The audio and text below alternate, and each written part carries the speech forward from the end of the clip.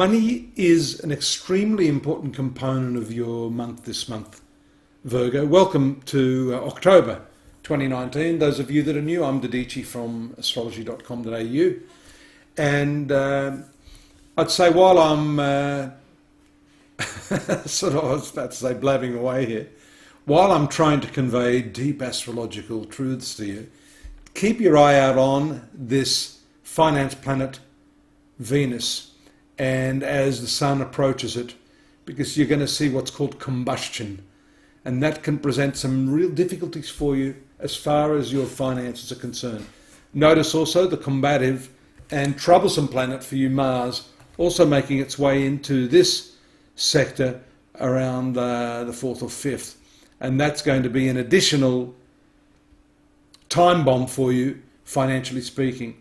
Mercury's made its way into your communications sector, the 3rd house of your horoscope, while the moon is trying to grapple with the rather somber and intense power playing Pluto here in your 5th house. So it's important that you keep a level head and use the power of your ruling planet here. Mercury is going to dominate the picture, or rather usurp these planetary points by showing you where your positive planets are. These 2 planets are your positive planets. It appears for a moment that Venus has escaped the sun, but you'll see the sun can indeed catch up because it's a faster moving body. While Mars is here, there may be problems, some confusion too around the 11th, while we see this, well, leading up to 9, 10, 11, the conjunction of the moon, which is the planet of prophets, as well as the body that shows us what's happening on a quick day-to-day basis. Here in the 7th house of partnerships. Again, the way out of this, as you can see, the blue lines here are the positive aspects, the red lines are the troublesome aspects.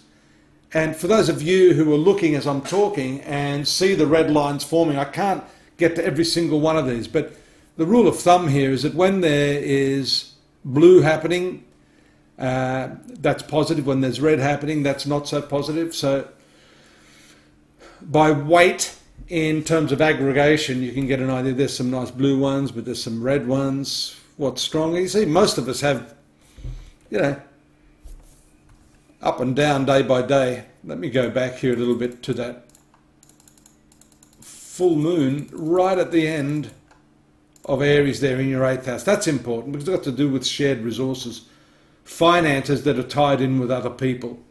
And there, that could be the time, just as Mars is in that, as the moon moves into the opposition of Mars in the 8th house here around the 13th, that could be when we need to, let me just go back here, take a few precautions in our business dealings, in how we're managing our funds, our taxes, banking generally, investments, long-term finances and investments. That's also shown here by the 5th house.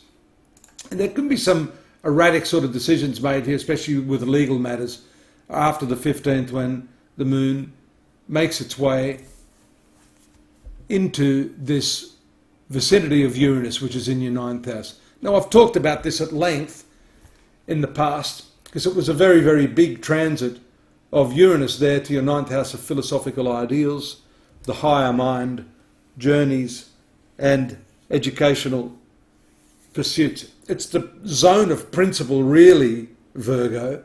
So that could shake things up as the moon is moving across this area, and then taking that energy into your 10th house of career around the 17th and 18th, 19th here.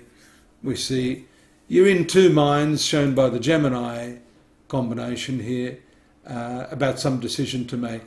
And an even more worrisome period as the moon makes conjunction around the 20th with the North Node here.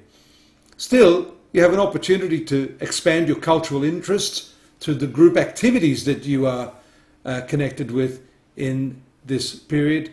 That could be a little bit heavy, or there may be something you don't agree with. I say that because of the opposition here to Saturn and Pluto here in the 5th house. this 12th house affords you time out. If you need that time out, you see here, especially with the favourable trine aspect to Jupiter in your 4th house, you might just want to hang out in your own domain there, not have much to do with anyone else. The moon exits that area on the 24th, exactly at the same time that the sun makes its way into your 3rd house. Now, I may be wrong. Venus appears to be moving rather swiftly, so I'm not actually going to get to the combustion of that 2nd ruler until next month. Nevertheless, we can see a lot of negotiation or communication, a rethinking of your finances, and not just money, the way it comes in and goes out. You know, most people have a simplistic view of money being somewhat the black and the red. It's got to do with your value system as a whole. There we can see the Mars-Moon combination that just happens to precede the new moon there on the 28th. Again, now everything, as you can see here, has shifted into the, I'm a wanted man, into the 3rd house of communication, speech and thinking.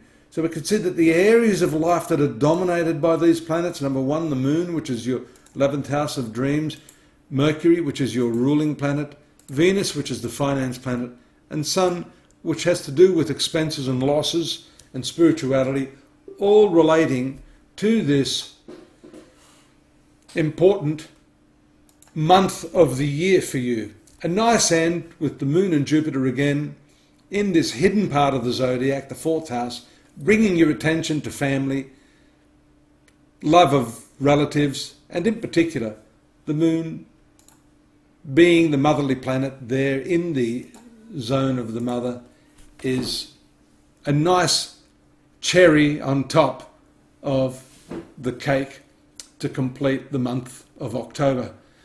I look forward to having you here again next month, but don't forget to go and check out the site and more on the month of October at astrology.com.au. Please subscribe, tell your friends about it, drop me a line. A few people have, and I do my best to respond to that. But most importantly, don't forget to book your reading with me. That is where the real exciting, true astrology is to be found. And I certainly look forward to that as well. See you next month. Bye-bye.